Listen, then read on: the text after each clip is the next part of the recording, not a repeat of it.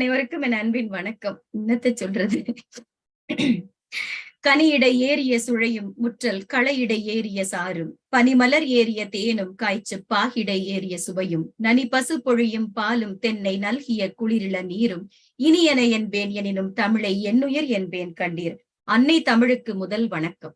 நம் தமிழால் இணைவோம் உலகத் தமிழ் பேரியக்கத்தின் நிறுவனர் கவின்கலை வேந்தர் சிவத்தமிழ் சீராளர் மதிப்பிற்குரிய சத்திய நடராஜ் பாலகுரு அவர்களுக்கும், நம் தமிழால் இணைவோம் உலகத் தமிழ் பேரியக்கத்தின் துணை தலைவர் பாரதி கண்ட புதுமை பெண் அன்பிற்கினிய மீனா திருப்பதி அம்மா அவர்களுக்கும் என்னுடைய பணிவான வணக்கத்தை, முதல் வணக்கத்தை சொல்லி, இணைப்பில் இருக்கக்கூடிய நம் மூத்த தமிழ் ஆளுமைகள் தொல்காப்பிய செம்மல் ஐயா, கோபால் ஐயா, நம் சுப்பிரமணியம் ஐயா அவர்கள் மற்றும் நம் மூத்த தமிழ் ஆளுமை சசி ஆனந்த் அம்மையார் அவர்கள், தோழம் அழகுராஜா ஐயா அவர்கள், இணைப்பில் இருக்கக்கூடிய அத்துணை தோழமைகள், நம் தீபா அவர்கள், முத்துஞானம் அவர்கள், அன்பு தோழி அன்பழகி ஸ்ரீதர், மாவட்ட ஆளுநர் கவிதா நடராஜன் அவர்கள் உள்ளிட்ட அனைவருக்கும் என்னுடைய பணிவான வரவேற்பினையும் நன்றியையும் சொல்லிக்கொண்டு, இனிமையாக நிகழ்ச்சியை துவங்கி கொடுத்த, வாழ்த்துறையோடு துவங்கி கொடுத்த மீனா அம்மாவிற்கு மீண்டும் வணக்கமும் நன்றியும், நிகழ்ச்சியை ஒருங்கிணைத்துக் கொண்டிருக்கும் அன்பு தோழமை மாவட்ட ஆளுநர் தங்கமுகை கவிதா அவர்களுக்கு சிறப்பு நன்றிகள்.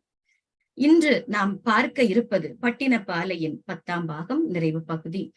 அவங்க சத்யா அவர்கள் சொன்னது போல இந்த நிகழ்ச்சியோடு நாம் நிறுத்திவிட போவதில்லை. அடுத்த ஒரு இலக்கியத்தோட மீண்டும் வருவேன் அப்படிங்கறதையும் இங்க பதிவு பண்ணிட்டு, எனக்கே ரொம்ப சோகமாயிருச்சு, என்ன முடிஞ்சிருச்சு அதுக்குள்ள அப்படின்னு.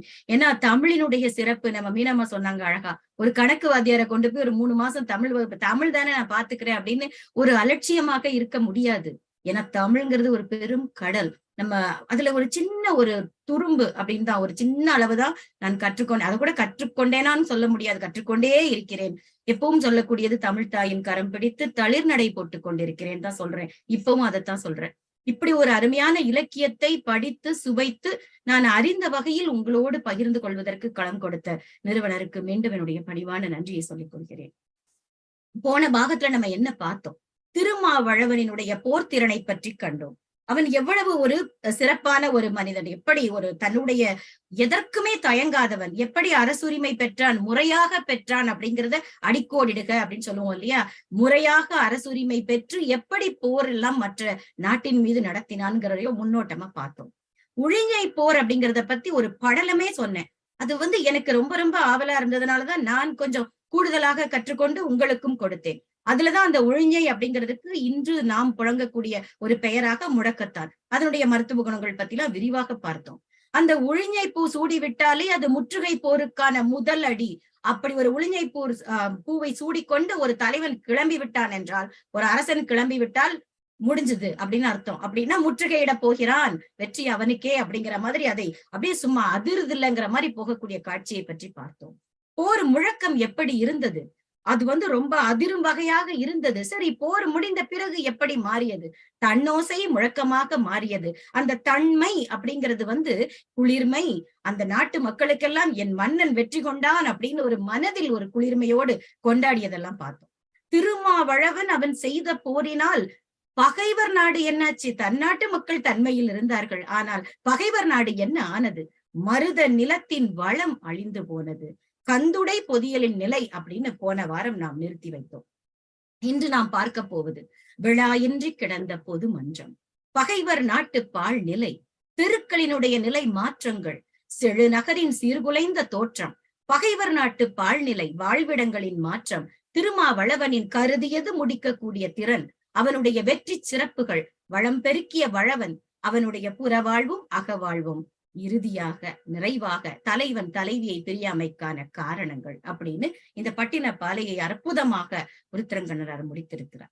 விழாயின்றி கிடந்த பொது மன்றம், அருவிலை நரும் பூ தூ உய் தெருவின் முதுவாய் கோடியர் முழவொடு புணர்ந்த திரிபுரி நரம்பின் தீந்தொடை ஓர்க்கும் பெருவிழா கழிந்த முதிர் மன்றத்து சிறு பூ நெருஞ்சியோடு அருகை பம்பி அழல்வாய் ஓரி அஞ்சு வர கதிப்பவும் அழுகுரல் கூகையோடு ஆண்டலை விளப்பவும் கணங்கொள் கூலியோடு கதுப்பு இகுத்து அசையிப் பிணம்தின் யாக்கை பேய் மகள் துவன்றவும். ஐயோ, சொல்லும் போதே பயமா இருக்கே, பேய்ங்கிறீங்க ஆந்தைங்கிறீங்க, என்ன நடந்துச்சு சீக்கிரம் சொல்லுங்க அப்படிங்கிற மாதிரி இருந்துச்சு எனக்கு. பகைவர் நாட்டு பால்நிலை எப்படி கரிகாலனுடைய வெற்றிக்கு முன் வெற்றிக்கு பின் அப்படின்னு தொடர்ந்து பார்த்துட்டு வரும். தெருவில் எப்பொழுதுமே விழா கொண்டாட்டமாக இருந்துச்சான் மருத நிலம். இப்ப என்ன ஆச்சுன்னு பார்க்க போறோம். அந்த தெரு வாசல்ல எல்லாம் பூக்களை எல்லாம் தூவி வைத்திருப்பார்களாம். யாருக்காக? முதுவாய் கோடியரை வரவேற்பதற்காக. அவர்கள் யார் என்று கொஞ்ச நேரத்துல சொல்றேன். யாழ் இசையும் முழ ஒலியும் தெருவெல்லாம் கேட்டுக்கொண்டே இருக்குமாம். மக்கள் அப்படியே மகிழ்ச்சியோடு ஆடி பாடி சந்தோஷத்தில் இருந்தார்களாம். சரி, யார் எனக்கு இந்த முதுவாய் கோடியர்னா யார சொல்றாங்க? சங்க இலக்கியங்களில் முக்கியமாக கருதக்கூடிய நம் 8 தொகை 10 பாட்டில் இயற்கையோடு இணைந்த இந்த சங்க தமிழருடைய வாழ்க்கையில் இசையும் கூத்தும் இரண்டர கலந்திருந்தது நாம் அறிவோம். அதை இலக்கியங்கள் தொடர்ந்து நமக்கு சொல்லிக் கொண்டு வருகிறது. உணர்வுகளின் வெளிப்பாடு. நம்ம சந்தோஷமா இருந்தா என்ன பண்ணுவோம்? மகிழ்ச்சியா இருந்தா உடனே ஒரு பாட்டு பாடிக்கிட்டே வேலை செய்வோம் இல்லையா? அப்படி உணர்வுகளின் வெளிப்பாடாக சடங்குகள், அந்த விழாக்களோடு தொடர்புடைய கூடியதாக இருந்த இந்த 2 கலைகள் தான் நான் சொன்னேன், பாடலும் ஆடலும்ங்கிற மாதிரி. இதை தொழில் முறையாகவும் நம் மக்கள் கொண்டிருக்கிறார்கள்.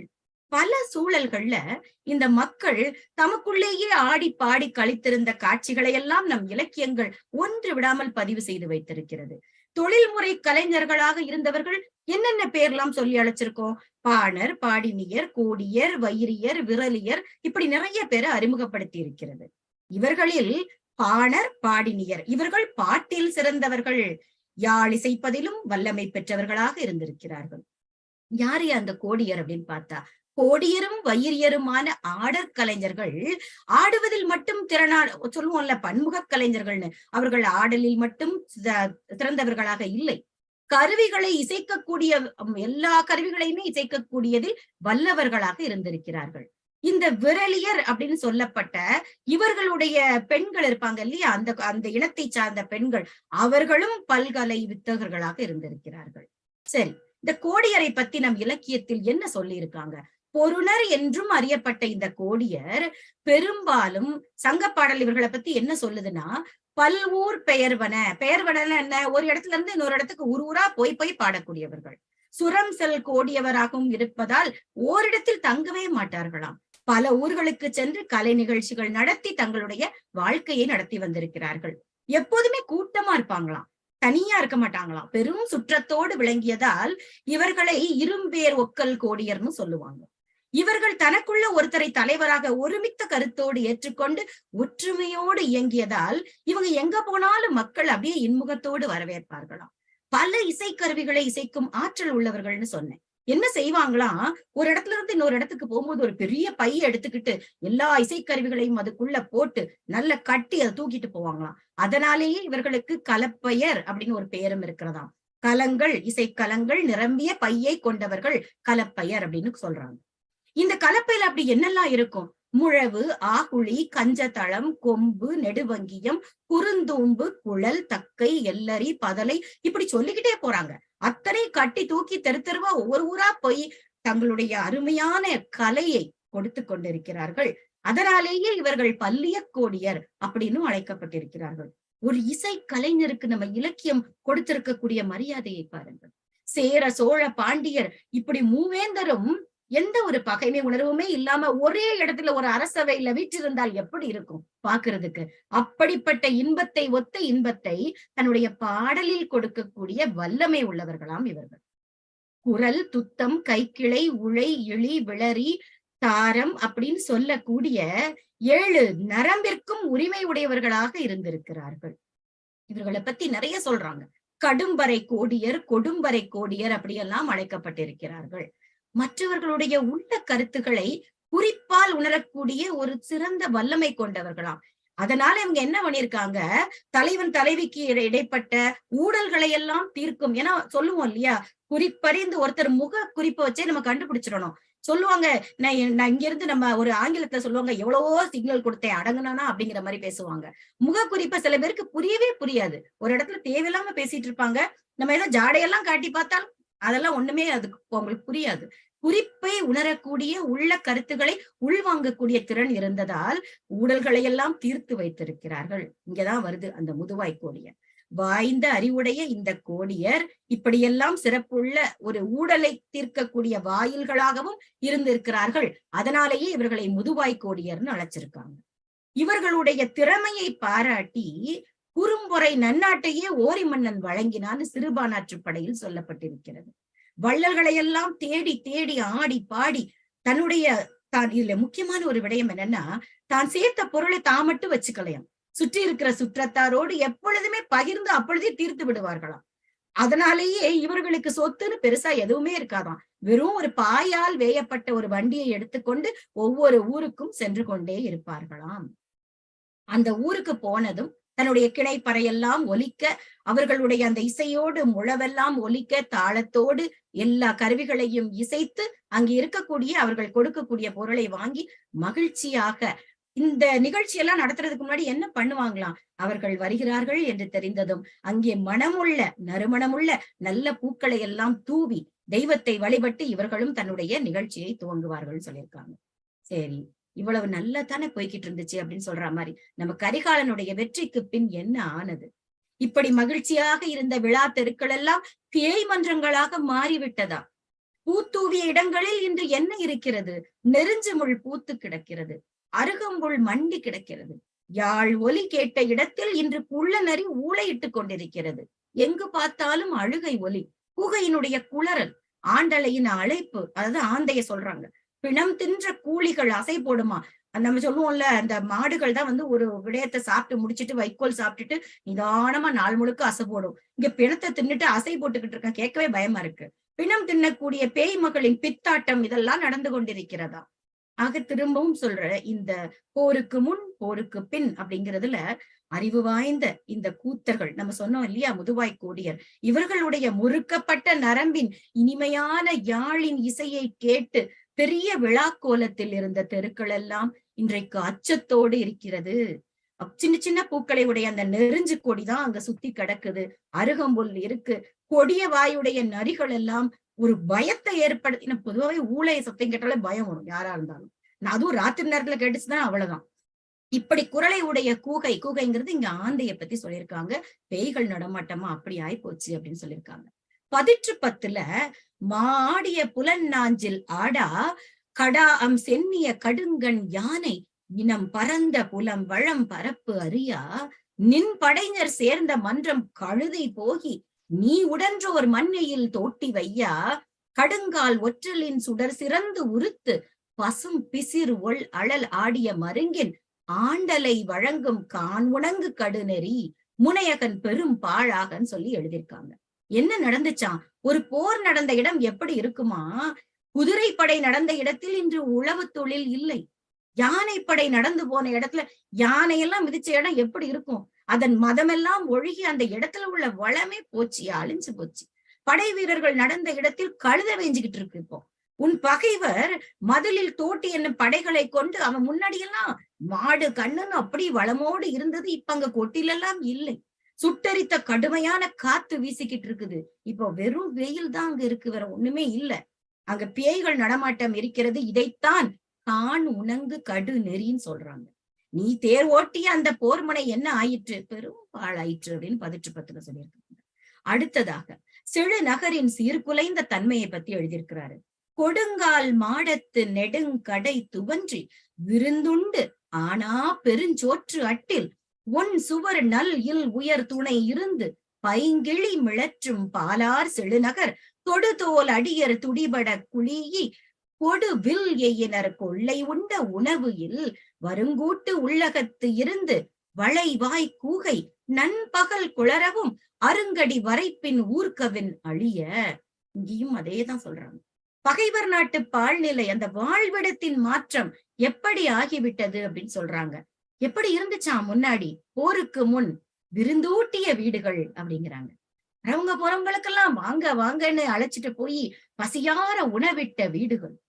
அங்க எப்படி இருந்ததுதான், வாசல்ல பச்சை கிளிகள்லாம் வாங்க வாங்க சாப்பிடுங்கன்னு கூப்பிடுமா, மிளற்றுமா தன்னுடைய மழலை மொழியில். அப்படி இருந்த காப்பிடங்கள், வளைவு நல்ல, நம்ம இப்ப வீடுகள் எல்லாம் முன்னாடி அமைக்கிறோம் இல்லையா, அப்படி நல்ல வளைவுகளால் அமைக்கப்பட்ட வளைந்த வீடுகள், படிகள் கொண்ட பெரிய பெரிய வீடுகள் இருந்தது. அங்க என்ன நடந்துச்சான்? சோறு ஆக்கி ஆக்கி கொட்டிக்கிட்டு இருக்காங்க. சோற்று சமையல் மணக்குமா அந்த தெரு வீதியெல்லாம். அட்டில் சுவர்கள் நிறைந்து கிடந்தது. விருந்தூட்டிய பின் மிஞ்சி கிடக்கக்கூடிய சோத்தை அதையும் வீணாக்கிடக்கூடாதுன்னு வாசல்ல வச்சுக்கிட்டு யாராவது பசியோட வருவாங்களா அப்படின்னு காத்திருந்த அவர்களுடைய உயர் பண்பை பற்றி அப்படி இருந்திருக்கு. அந்த இடங்களில் பச்சை கிளிகள் நான் சொன்னது போல வருவோர் போவோரை சாப்பிட வாங்க அப்படின்னு மழலை மொழியில் அழைத்து கொண்டிருந்தது. அந்த மழலை மொழி பேசக்கூடிய கிளிப்பிள்ளைக்கு பாலூட்டும் பாவையர் அங்கே நின்று கொண்டிருக்கிறார்கள். இப்படி அற்புதமாக இருந்தது. என்னையா ஆச்சு? நம் கரிகாலனின் வெற்றிக்கு பின் அந்த இடங்களில் பாலை நிலத்து எயினர்களின் நடமாட்டம். எயினர் யாருன்னு இப்ப சொல்றேன். செருப்பை வெளியில் கழற்றிவிட்டு ஒரு வீட்டிற்குள் செல்வது நம் மரபு. இன்றும் நாம் அதை காப்பாற்றிக் கொண்டிருக்கிறோம். செருப்பை வெளியில் கழற்றிவிட்டு இல்லங்களில் நுழைந்தது மாறி செருப்புக்காலோடு வீட்டுக்குள் நடமாடுகிறார் யாரு? இந்த எயினர் மக்கள். அன்று கிளிமழலை கேட்ட இடங்களில் எல்லாம் இன்று கூகையின் குளறல் ஒலி கேட்கிறது. அதுவும் பகல்லே கேக்குது. பொதுவா ஆந்தை இதெல்லாம் ராத்திரி தான் கேட்குங்க. நாடு அப்படி போயிடுச்சாம். அதனால பகல்லையே கேக்குது அந்த கூகையினுடைய ஆந்தையினுடைய அலறல். உடுக்கடிக்கக்கூடிய துடிப்பறை கேட்கிறதாம். விருந்தூட்டிய இடங்களில் எல்லாம் இன்னைக்கு கொள்ளையடிச்சிட்டு வந்த உணவை பங்கு போட்டு சாப்பிட்டுக்கிட்டு இருக்கு. அன்று ஒரு காவலரின் காப்பகமாக இருந்தது, இன்று மேவலரின் காப்பகம். அது என்ன மேவலர்? வேண்டாதவர்களின் இருப்பிடமாக, விளையாடும் கூடமாக மாறிவிட்டது அப்படின்னு சொல்றாங்க. எப்படி ஒரு வளைந்த தூண்களை உடைய பெரிய பெரிய மாடங்கள்ல விருந்தினரெல்லாம் வந்து போய் கலகலப்பா எப்படி இருந்திருக்கு. நல்ல சாப்பாடெல்லாம் போட்டு சந்தோஷமா வழி அனுப்பி வச்சு அங்க பச்சை கிளி பேசுது, இங்க பால் ஊட்டுறாங்க, செருப்பெல்லாம் மரியாதையோட வெளியே கழட்டி வச்சுட்டு உள்ள வந்திருக்கிறாங்க. அதெல்லாம் போச்சு. இப்ப என்ன நடக்குது? அங்க எயினர்களின் ஆட்டம் இருக்கிறது. இந்த எயினர்கள் யாருன்னு பார்த்தேன். மணல் சார்ந்த நிலமான பாலையில் வசிக்கக்கூடிய மாந்தர்கள் தான் இந்த எயினர்கள்னு அடையாளப்படுத்தப்படுறாங்க. தொல்காப்பியர் தன்னுடைய அகத்திணைகளை பத்தி பேசும் பொழுது கைக்கிளை முதலா பெருந்திணை இருவாய் முற்பட கிளந்த எழுதினை என்ப அப்படின்னு சொல்லியிருக்கிறாரு. நடுவன் ஐந்தினை நடுவனது ஒழிய படுதிரை வையம் பாத்திய பண்பேன்னு ரொம்ப அற்புதமா சொல்லியிருக்காங்க. அதாவது கைக்கிளை முதலாக பெருந்திணை ஈராக இருக்கக்கூடிய முதன்மை பெறக்கூடிய ஒழுக்க வகைகள் 7. அதுல குறிஞ்சி, முல்லை, பாலை, மருதம், நெய்தல்ல நடுவுல இருக்கக்கூடிய இந்த பாலை, 5 திணைக்கு நடுவில் இருக்கக்கூடிய பாலையை நீக்கிட்டா என்ன ஆகும்? மித்த எல்லாமே நில உலகத்தை அதை பத்தி சொல்லும் பொழுது இந்த பாலை திணையை நிலமாக கொள்ள முடியாது அப்படிங்கிற அர்த்தத்துல சொல்லியிருக்கிறாரு. அடுத்து சிலப்பதிகாரத்திலையும் முல்லையும் குறிஞ்சியும் முறைமையில் தெரிந்து நல்லியல்பு இழந்து நடுங்கு துயர் உறுத்து பாலை என்பதோர் படிவம் கொள்ளும். எப்ப பாலை வடிவம் கொள்ளுமா? அற்புதமா சொல்லியிருக்கிறாங்க சிலப்பதிகாரத்துல. குறிஞ்சியும் முல்லையும் தன்னுடைய வளமையை இழந்து கெடும் பொழுது அதுவும் பாலை எனப்படுகிறது. அப்பொழுது அது பாலை என்று சுட்டப்படும் அப்படின்னு சொல்லியிருக்கிறாங்க. வளமை குன்றிய நடுவன் திணையாக சுட்டப்படக்கூடிய இந்த காடும் இல்ல மலையும் இல்ல, ரெண்டும் மயங்கி போய் கொடுமையான வெப்பம் தாங்க முடியல, தாழ மாளல அப்படின்னு சொல்லுவோம்ல, அப்படி இருக்கக்கூடிய இடம்தான் இந்த பாலை. இங்கே இருக்கக்கூடியவர், இதை சார்ந்தவர்கள் காளை விடலை என்று அழைக்கப்படுவார்களாம். இந்த மக்களைத்தான் மறவர் எயினர் அப்படின்னு சொல்றாங்க. சரி, ஏன் அவங்களை பத்தி இவ்வளவு பேசுறீங்க அப்படின்னா, இப்ப போருக்கு பின் அவர்கள் தான் நாட்டில் நடமாடிக்கொண்டிருக்கிறார்கள். கொற்றவையை குலதெய்வமாக கொண்டவர்கள் அவர்கள். என்ன தொழிலா? கொள்ளையடிப்பது தொழில். அதனாலதான் கொள்ளையடிச்சிட்டு வந்தது அந்த சாப்பாடெல்லாம் இங்க வச்சு சாப்பிட்டுட்டு இருக்கிறாங்க. பிறரை துன்புறுத்தக்கூடிய செயல்களை செய்யக்கூடியவர்கள். அந்த பாலை திணையினாலே என்ன நம்ம சொல்லுவோம்ல, தலையில ஒரு எண்ணெய் வச்சு ஒழுங்கா வாரலைன்னா என்ன இது இப்படி மண்டை அப்படி பப்பரப்பன்னு இருக்கு பரட்டத்தலை, ஒரு எண்ணெயை வச்சு வாரமோ, பாலை திணைக்கு தகுந்தது போல அவர்களுடைய தோற்றமும் கொஞ்சம் கொடூரமா இருந்தது. இந்த எயினர்களுடைய வாழ்விடம் பாலைங்கிறதுனால அங்க வாழக்கூடிய உயிரினங்களை, அங்க என்ன பின்ன சோலையா இருக்கும், அங்க இருக்கக்கூடிய உயிரினங்களை வேட்டையாடி உண்ணக்கூடிய இயல்பு கொண்டவர்களாக இவர்கள் இருந்திருக்கிறார்கள். வேற வழி.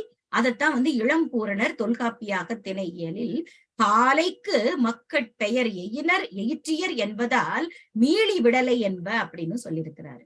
எனக்கு இத படிச்சதும் நான் கலிங்கத்து பரணி நம்ம களத்துல பேசணும். அப்ப பாத்தீங்கன்னா களம் பாடியதுங்கிற ஒரு பெரிய ஒரு பகுப்பு வரும். அதுல பாத்தீங்கன்னா களியாட்டம்னு ஒண்ணு வரும்.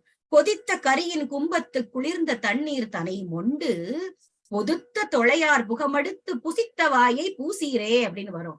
என்னன்னா, துண்டிக்கப்பட்ட யானை தலையை எடுத்து தண்ணீரை மொண்டு எடுத்து அதன் துதிக்கை வழியாக நீரை ஊற்றி உண்ட வாயை கழுவி கொள்ளுங்கள் பேய்க்கு சொல்ற மாதிரி வரும். கேட்கவே பயமா இல்ல? யானை தலையை எடுத்து தும்பிக்கையால கையை கழுவணும்னா எப்படி இருக்கும்? அந்த காட்சி எனக்கு மனசுல வந்து போச்சு இந்த எயினர்கள் படுத்துற பாட்டுல. திருமாவளவனின் கருதியது முடிக்கக்கூடிய திறன் பெரும் பாழ் செய்தும் அமையான் மருங்கு அற மலை அகழ்க்குவனே கடல் தூர்க்குவனே வான் வீழ்க்குவனே வழி மாற்றுவன் என தான் முன்னிய துறை போகலின். இந்த வரிகள் நமக்கே புரிஞ்சிருச்சு. இப்ப வர வர இலக்கியங்கள் படிச்சு படிச்சு இதுதான் சொல்றாங்களோ அப்படின்னு கொஞ்சோண்டு புரியுது. நம்ம விளக்கம் பாக்குறதுக்கு முன்னாடியேன்னு சொல்லலாம். பகைவரினுடைய அச்சம் எப்படி இருந்தது? திருமாவளவன் எதற்கும் அஞ்சாதவன். பகைவர் நாட்டை பாழாக்கியும் மனசு நிறைவு கொள்ளல. மேலும் மேலும் சொல்லுவோம் இல்லையா, சரி நான் இன்னைக்கு மாச சம்பளம் வந்துருச்சு, என் பிள்ளை குட்டிக்கு சாப்பாடு இருக்குன்னு அங்கேயே முக்காடு போட்டு உட்கார்ந்துடக்கூடாது. மேலும் மேலும் வாழ்க்கையில முன்னேறிட்டே இருக்கணும்னு சொல்றோம் இல்லையா. அது போல ஒரு சாதாரண குடும்பத்தாருக்கு இப்படிங்கும் போது ஒரு நாட்டை ஆளக்கூடிய அரசன் எப்படி இருக்கணும்? தன்னுடைய நாட்டை பெருக்கிக் கொண்டே போவான் இல்லையா. அப்படியாக நிறைவு கொள்ளாமல் மேலும் மேலும் போருக்கு எழ திட்டமிட்டு கொண்டிருந்தான். இவன் மலையை வேரோடு தோண்டி எரிந்து விடும் வல்லமை உடையவன். கடலை தூர்த்து எடுத்து விடுவான். வானத்தை மண்ணில் விழச் செய்து விடுவான். காற்றின் திசையையே மாற்றி விடக்கூடிய வல்லமை கொண்டவன். பகையரசர்கள்லாம் இவனை பார்த்தே சும்மா பயந்து நடுங்குறாங்க. இவ எல்லா பாழாக்கினாலும் இவனுக்கு தனியாதாம் அந்த வெற்றி மோகம் அவனுக்கு மேலும் மேலும். எதுவுமே முழுவதும் இல்லை, உனக்கு வேலையே இல்ல அப்படிங்கிற மாதிரி மலையெல்லாம் தோண்டி எடுத்து தூர வச்சிருவான் அப்படின்னு சொல்றாங்க. கடல் பெருங்கடலையெல்லாம் மணலால் நிரப்பி விடுவான். வானம் மேல இருந்து கீழே விழுமா இவனை பார்த்து பயந்து. காற்றின் திசையையும் மாற்றி விடக்கூடிய வல்லமை உடையவனை பற்றி சொல்லி இருக்கிறார்கள். திருமாவளவனினுடைய வெற்றி சிறப்பு, அவன் அடைந்த வெற்றி எப்படி இருந்தது இந்த வரிகளில் பார்ப்போம். பல் ஒளியர் படிவு ஒடுங்க தொல் அருவாளர் தொழில் கேட்ப வடவர் வாட குடவர் கூம்ப தென்னவன் திரள் கெடச் சீறி மன்னர் மண் எயில் கதவும் மதனுடை நோன்தாள் மாத்தானை மரமைம்பின் செங்கண்ணால் செயிர்த்து நோக்கி புன்பொதுவர் வழி போன்ற இருங்கோவேல் மருங்கு சாய. பகைவர் சும்மா எல்லாம் ஒன்னும் தோல்வி அடையல. நாங்க போனோம்ப்பா, ஜெயிச்சிட்டோம்ப்பா, வந்துட்டோம்ப்பா அப்படிலாம் கிடையாது. எப்படி அவன் வெற்றி கொண்டான் அதுதான் ரொம்ப முக்கியம். சும்மா ஏப்ப சாப்பெல்லாம் ஒரு வெற்றி அடையவில்லை. ஆற்றில் விரும்பிய துறையில் நம்ம என்ன நினைப்போம், நான் இப்ப குளிக்கணும்னு நினைக்கிறேன், முன்னாடி ஆறு ஓடினா போனோமா குளிச்சோமா வந்தமான், அப்படி கிடையாது. இது இப்ப சாதாரணமா இங்க குளிப்பேன் அங்க குளிப்பேன் நம்ம இஷ்டப்பட்ட இடத்துல போவோம் இல்லையா. நான் ஆத்துலதான் குளிப்பேன்ல, நான் வீட்லயும் குளிப்பேன், குளத்துல குளிப்பேன், நான் அருவியில குளிப்பேன், கிணத்துல குளிப்பேன். அது மாதிரி இதை எதுக்கு ஒப்புமையா சொல்லியிருக்காங்க. இவன் விரும்பிய நாட்டின் மீதெல்லாம் போர் தொடுத்திருக்கிறான். சாதாரணமா ஒரு குளிக்கிறதுக்கு கிளம்பி போற மாதிரி தலைவர் போருக்கு போயிருக்கிறாரு. எப்படி ஓமை பாருங்க. அவனிடம் பகை கொள்ளாத அரசர்களும் இவன் பால் பணிந்து சாய்ந்து விட்டனர். ஒளியர்குடிய அரசர் பலர் பணிந்து ஒடுங்கி விட்டனர். அருவாளர்குடிய அரசர்கள் இந்த திருமாவளவன் சொன்னதையெல்லாம் கேட்டு நடந்தார்கள். அப்படியே ஆகட்டும் அப்படிங்கிற மாதிரி பணிவோடு இருந்திருக்கிறார்கள். வடவரெல்லாம் வாடினார்களாம். குடவர் சோர்ந்து குறுகி போய்விட்டார்களாம். தென்னவன் திறமை செல்லுபடியாகவில்லை. தென்னவன் யாரு? பாண்டியன். அவன் திறமை எல்லாம் இவன் கிட்ட பலிக்கல. மன்னர்களின் கோட்டைகளை இடிக்கும் வலிமை கொண்ட பெரும் படை நம் கரிகால் பெருவளத்தானிடம் இருந்தது. அதன் துணையோடு தன்னுடைய சிவந்த கண்ணின் சின பார்வையை வீசினான். சொல்லுவோம்ல, ஆத்தாடி வந்துட்டாயா, ஓடி ஒளிஞ்சிருங்கய்யான்னு எல்லாரும் ஓடி இருக்காங்க. பொதுவர், அதனை கண்ட பொதுவர் எல்லாம் கால் வழியே இல்லாமல் அழிந்து போய்விட்டனர். நிக்க கூட இடம் இல்லாத அளவுக்கு இருந்த இடம் தெரியாம அழிச்சிட்டாங்கிற வார்த்தை அங்கிருந்துதான் வந்திருக்கும்னு நினைக்கிறேன். இந்த பொதுவர் என்பவர்கள் பாண்டிய நாட்டின் தென் பகுதியில் இருந்த புதிய மலை பகுதியை ஆண்டு வந்த ஆய்குடி மக்கள். அத்தனை பேரையும் உண்டு இல்லைன்னு பண்ணியாச்சு. ஒளி நாட்டார் பணிந்து ஒடுங்க தொன்மையான அருவாள நாட்டு மன்னர்கள் வந்து பணிந்து இவனுடைய அறிவுரையை கேட்டு நடந்து கொண்டார்கள். வடக்கில் உள்ள அரசர்கள் வாட குடநாட்டு மன்னர் மகிழ்ச்சியெல்லாம் குன்றி போய் ஆத்திரமடைந்த பகை மன்னர்கள் கோட்டைகளை எல்லாம் கைப்பற்றி விட்டார். பாண்டிய மன்னனின் வலிமையை ஒண்ணுமில்லாம ஆக்கிட்டான். செருக்கும் வலிமையும் உடைய இவனுடைய அந்த பார்த்தாலே மரம், அந்த வீரம், அந்த வலிமை உடையதனாலதான் இவன் கண்கள்ல இருந்து சும்மா கனல் பறக்குமா. அதை பார்த்தாலே அவர்களுக்கு எதிர் நாட்டு மன்னர்களின் அந்த ஒரு இவனை போய் நம்ம அடிக்கணுமா அப்படின்னு ஒரு ஐயம் இருந்தா கூட வேண்டாம், பேசாம காலில் விழுந்துருவோன்னு விழுந்துட்டாங்க. வளம் பெருக்கிய வளவன், சரி ஒரே போரு என்னையா ஒரே போருங்கிற மாதிரி ஆயிடக்கூடாது இல்ல. தன்னுடைய நாட்டை என்ன செய்தான்? பகைவர்களை மட்டுமே பாழாக்குறது இவன் தொழில் இல்ல, தன்னுடைய நாட்டை வளப்படுத்தி இருக்கிறான். நம்ம மீனாம்மா அற்புதமா கல்லணை பத்தி சொன்னாங்க. காடு கொன்று நாடாக்கி குளம் தொட்டு வளம் பெருக்கி பிறங்கு நிலை மாடத்து உரந்தை போக்கி கோயிலோடு குடி நிறுகி வாயிலோடு குழையமைத்து ஞாயில்தோறும் புதை நிறையி ஒருவேம் என பெயர் கொடுத்து தன்னுடைய நாட்டை எப்படி சீராக்கினான்? ஒரு தலைவனாக இருந்து காடுகளை எல்லாம் அழித்து விளை நிலங்களாக மக்களுக்கு மாற்றி கொடுத்தான். அதுதானே ஒரு மன்னவனுடைய கடமை. மழை நீர் தேங்கக்கூடிய குளங்களை அங்கங்கே குளங்கள் வெட்டி நீர்வளத்தை பெருக்கி இருக்கிறான். இன்னைக்கும் பேசிக்கிட்டு இருக்கோம். உறையூரில் புதிய கோட்டையை கட்டினான், அங்கே எல்லோரையும் குடியேற்றினான், அலுவலரை குடியேற்றினான். வாயில், அதாவது பதுங்கக்கூடிய புலையரை எப்படியெல்லாம் ஒரு வழி அந்த பகைவர் நாட்டின் மீது போர் தொடுக்கக்கூடிய அம்பு எய்யக்கூடிய அந்த ஞாயில் அப்படிங்கிற ஒரு வார்த்தை, வாயில் ஞாயில், இந்த சொல்லாடல்கள்ல நான் அப்படியே பூரிச்சு போயிட்டேன். தமிழ் மொழி ஞாயில்ங்கிறது என்னன்னா கோட்டையினுடைய ஏவரையை பற்றி பேசுகிறார்கள்.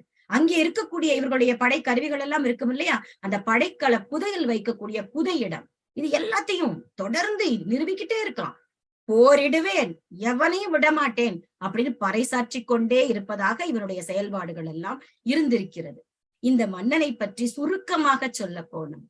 காடாகிய இடங்களை அழித்து நாடாக்கி, குளங்களை எல்லாம் தோண்டி, நீர்வளத்தை பெருக்கி, பெரிய மாடங்களை உடைய உரந்தை நகரை விரிவுபடுத்தி, அரண்மனைகளுடன் குடிகளை நிறுவி, அங்கே பெரியதாகவும் சிறியதாகவும் வாயில்களை கட்டி, அரண்மனைகளின் அரண்கள் ஏவல், அறைதோறும் அம்புக்கூட்டை நிறுவி, எவன் வந்தாலும் தயாரா இருக்கணும், நாங்க எவனுக்கும் அஞ்ச மாட்டோம், போர் செய்வேன் நான் என்று சூளுரைத்து விட்டு அகலமாட்டேன் என்று கூறி புறமுதுகு எங்கேயுமே காட்டாத கரிகாலன் வீர திருமகள் நிலைத்து இருக்கக்கூடிய பெரிய நிலையான அவனது மதில் அப்படியே மின்னலை போல தகதகன்னு ஒளி வீசுமா.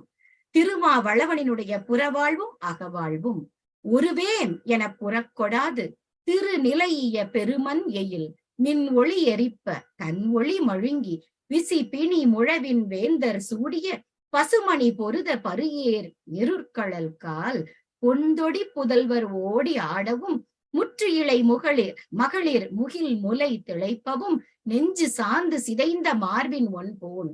சரியா, எல்லாம் முடிஞ்சது. நான் போரிட்டாச்சு, என் மக்களுக்கு தேவையானதெல்லாம் செஞ்சாச்சு. அவன் எப்படி வாழ்ந்தான் தனிப்பட்ட முறையில்? தான் வென்ற பகைவர்களினுடைய அந்த கிரீடம்னு சொல்லுவோம் இல்லையா, பொன்னால் செய்யப்பட்ட அவர்களில் அந்த கிரீடத்திலிருந்து எடுத்து வந்த மணிகளை எல்லாம் தன்னுடைய பிள்ளைகளின் காலில் சிலம்புன்னு சொல்லுவோம் இல்லையா, கடல் அதுக்குள்ள கொலுசு மாதிரி போட்டானாம். இவன் வெற்றி கொண்ட அத்தனை அந்த பகைவர் நாட்டு அந்த மணிகளை எல்லாம் எடுத்து அந்த பிள்ளைகள் கால்ல போட்டுக்கிட்டு அங்கிட்டு இங்கிட்டு ஓடி ஆடுறத பார்த்து கண்டு கழித்தானாம். அந்த காட்சியை பாருங்க. வளவன் போருக்கு எழுந்த போது வேறு எந்த மன்னரையும் அவன் கூட்டு சேர்த்து கொள்ளவில்லை. வரலாறு முக்கியம் அமைச்சரே அப்படிங்கிற மாதிரி இந்த இடத்துல எவனையும் சேர்த்துக்காதடா, எவனையும் நம்பாத, நான் சொந்தமா சுயமாத்தான் நான் போரிடுவேன்னு யாரையும் நம்பல, எவரையும் சேர்த்துக் கொள்ளவில்லை. எவனையும் கூட்டு சேர்த்து கொள்ளாமல் தனி ஒருவனாக நின்று போரிட்டு வெற்றியை கண்டான். தெளிவா இருந்திருக்காங்க. செல்வ வளம் மிக்க இவனது கோட்டை புகழ் மின்னலை போல் வீசியது. பிற மன்னர்களுடைய புகழ் மங்கி போயிற்று. சொல்லுவோம்ல, ஒரு இடத்துல ஒரு பளிச்சுன்னு ஒரு விளக்கு ஏத்தனோம்னா சின்னதா இருக்கக்கூடிய அகல் விளக்கு அப்படியே அமுங்கி போயிடும். அந்த மாதிரி இவனுடைய புகழ் மின்னல்ல மற்ற மன்னர்களுடைய புகழெல்லாம் மங்கி போயிற்று. முரசு முழங்கக்கூடிய பெருமை வாய்ந்த பகை வேந்தரெல்லாம் தன்னுடைய முடியில் அணிந்திருந்த மணிகளை பறித்து வந்து தன்னுடைய புதல்வர்களின் காலில் அணிந்திருந்த கடலுக்குள் வைத்து அவர்கள் ஓடி ஆடுவதை அந்த கடல் ஒலி கேட்க அந்த விளையாட்டை கண்டு மகிழ்ந்தானாம். முற்றிலை என்பது தாலி. திருமாவளவனினுடைய தலைவியர் மனைவியர் தன்னுடைய கழுத்தில் அவர்கள் அணிந்திருக்கக்கூடிய அந்த தாலியை பத்தி சொல்றாங்க. அப்படி தாலி அணிந்த அந்த மார்பில் அவர்கள் அணிந்திருந்த செஞ்சாந்து அதெல்லாம் சிதைந்து போகும் அளவிற்கு இவனுடைய மார்போடு மார்பு சேர்த்து அவர்கள் மகிழ்ச்சியாக வாழ்ந்தார்கள் அப்படின்னு சொல்லி முடிச்சிருக்காங்க. நெஞ்சில் குங்குமம் எழுதும் பழக்கம் நம்ம இலக்கியங்கள்ல நிறைய சொல்லியிருக்காங்க. கொங்கை முன்றில் குங்குமம் எழுதால்னு கண்ணகி இத பத்தி பேசும்பொழுது சிலப்பதிகாரத்துல இருக்கு. பரிபாடல்ல ஒரு பாடல்ல செங்குங்கும செழுஞ்சேரு செங்குங்கும செழுஞ்சேறு பங்கம் செய் அகில் பல பழிதம் மருகுபட அரைபுரை அருகுழவியின் அவி அமர் அழலென அரைக்குணர் நத்தொடு நள்ளி நடை இரவு வயவாளைன்னு இந்த பாடல் போகுது. என்னவா, சிலர் பூசிக்கொள்வதற்காக சிவந்த நிறமுள்ள குங்கும குழம்பு செய்தார்கள். சில பேர் மணப்புகை ஊட்ட அகில் கட்டையை போட்டு எரித்தார்கள். சில பேர் பார்ச்சோறு சமைத்தார்கள். தெருவிலும் அறையிலும் அம்மி குளவியால் சோற்றுக்கு தேவையானவற்றை எல்லாம் அரைத்தார்கள்னு இந்த பரிபாடல் பாடல்ல சொல்லி இருக்கும். நிறைய இடங்கள்ல நாச்சியார் திருமொழியில ஒரு பாடல் 80ல சங்கமா கடல் கடைந்தான் தன்முகில் கால் வெங்கடத்து செங்கன்மால் சேவடிக்கில் அடிவீழ்ச்சி விண்ணப்பம் கொங்கை மேல் குங்குமத்தின் குழம்பு அழிய புகுந்து ஒரு நாள் தங்குமேல் என் ஆவி தங்கும் என்று உரைகிறேன்னு தூது விடுறா. யாருக்கு? திருமாலுக்கு. சங்குகள் நிறைந்த கடலை கடைந்தவன் வாழக்கூடிய வேங்கடத்தில் இருக்கக்கூடிய குளிர்ந்த மேகங்களே, மேகங்கள்கிட்ட நேரடியா பேசுறான். செம்மையான கண்களை உடைய என் தலைவன் திருமாலின் திருவடிக்கு போய் அவனை வணங்கி இந்த விண்ணப்பத்தை வையுங்கள். என்ன விண்ணப்பம்? என் மார்பின் மீது குங்கும குழம்பு அழிய அவன் என்னை அணைத்து என்னை சேர்கின்ற நாளில்தான் என் உயிர் தங்கும். இதை அவன்கிட்ட போய் சொல்லுங்க அப்படின்னு சொல்லி விடுறான். 4ஆம் திருமுறையில் திருவதிகை வீரட்டானம்ல முதல் பாடல்லையே தொண்டனேன் பட்ட தென்னே தூயகா விரி நன்னீர் கொண்டிரு கோதியாட்டி குங்கும குழம்பு சாத்தி இண்டை கொண்டேற நோக்கி ஈசனை எம்பிரானை கண்டனை கண்டிராதே காலத்தை கழித்தவாறேன்னு அற்புதமா சொல்லியிருந்தாங்க. தூய காவிரியினுடைய தீர்த்தத்தை கொண்டு மந்திரங்களை எல்லாம் ஓதி நம் சிவபெருமானுக்கு அபிஷேகம் செய்து குங்கும குழம்பை சாத்தி அவன் தலையில் மாலையை அணிவித்து நீலகண்டனாய் எம் தலைவனாய் இருக்கின்ற ஈசனை கண்குளிர நோக்கி மகிழாமல் இப்படி காலத்தை வீணாக்கி கொண்டிருக்கிறேனே அப்படிங்கிற பொருளமைந்த பாடல். இறைவனுக்கும் அங்கே குங்கும குழம்பு சாத்தப்படுகிறது. அபிராமிய நம்ம சிவனை சொல்லிட்டு அபிராமிய சொல்லலைன்னா இப்படி. அபிராமி அந்தாதியில் 85வது பாடலில் வரும். பார்க்கும் திசைதொறும் பாசாங்குசமும் பனிச்சிறை வண்டார்க்கும் புதுமலர் 5ம் கரும்பும் என் அல்லலெல்லாம் தீர்க்கும் திரிபுரையாள் திருமேனியும் சிற்றிடையும் வார் குங்கும முலையும் முலைமேல் முத்து மாலையுமே. துக்க நிவாரணம் மாதிரி இந்த பாடல். என்னுடைய துன்பங்களை எல்லாம் தீர்க்கக்கூடியது அப்படின்னு சொல்லியிருக்காங்க. அடியனுடைய துக்கங்களை எல்லாம் போக்க வல்ல திரிபுர சுந்தரியின் திரு கையில் இருக்கக்கூடிய பாசாங்குசமும் குளிர்ச்சியை பெற்ற சிறகுகளை உடைய வண்டுகள், சும்மா சிறகு இல்ல, குளிர்ச்சியை பெற்ற சிறகுகளா, அப்படிப்பட்ட வண்டுகள் எல்லாம் முழங்கிக் கொண்டிருக்கக்கூடிய புது மலர்கள் 5 அம்புகளை தாங்கி இருக்கிறாள். கரும்பாகிய வெள்ளினை கொண்டிருக்கிறாள். அவளுடைய திருமேனியும் திரு இடையும் கச்சை அணிந்து குங்கும குழம்பு பூசிய தனங்களும் அவற்றின் மேல் அவள் அணிந்திருந்த முத்து மாலையும் நான் எங்கு பார்த்தாலும் என் கண்களுக்கு தெரிகிறதே அப்படின்னு சொல்றாங்க. தலைவன் தலைவியை பிரியாமைக்கான காரணங்கள் நிறைவு வரிகளாக இந்த பட்டினப்பாலையில். அரிமா அன்ன அணங்கு உடைத்துப்பின் திருமாவளவன் தெவ்வர்க்கு ஒக்கிய வேலினும் வெய்ய கானம் அவன் கோலினும் தண்ணிய தடமென் தோளே. வேலும் கோலும் திருமாவளவனை பற்றி சொல்றாங்க. சிங்கம் மாதிரி பகைவர்களை தாக்கி வெல்லும் திறம் கொண்டவன் அவன். பகைவர்களை சாய்ப்பதற்காக ஓங்கிய வேல் மாதிரி அவன் வைத்திருந்த அந்த வேலை பத்தி சொல்லும் பொழுது, நீ பிரிந்து செல்லக்கூடிய, நீ பிரிந்து போகணும்னு நினைச்ச காடும் அவன் வேலுக்கு இணையான வெம்மையை கொண்டதுயா அப்படின்னு சொல்றாங்க. திருமாவளவன் தன் குடிமக்களுக்கு வழங்கிய குளுமைத்தன்மை, இந்த இடத்துல அந்த குளிர்ந்த நல் ஆட்சியை தலைவனுடைய தலைவியினுடைய குளிர்ந்த தோளுக்கு ஒப்பாக சொல்கிறார்கள். அப்படிப்பட்ட குளுமையான தோளை பிரிந்து வயங்கிளை ஒளிய வாரேன் நெஞ்சே. அதுதான் இந்த பட்டினப்பாலையின் மைய கருத்து. கரிகாலன் பகைவர் மேல் உயர்த்திய வேலை காட்டிலும் கொடியது காடு. அவனது செங்கோலை விட குளிர்ச்சியானவை என் தலைவியின் மெல்லிய தோள்கள் அப்படின்னு சொல்றாங்க. இந்த பட்டினப்பாலை வரிகள் நிறைவு பெறுகிறது. இந்த பிற்காலத்தில் சேர்க்கப்பட்ட ஒரு தனிப்பாடல் வெண்பாவோடு இதை நிறைவு செய்வோம்.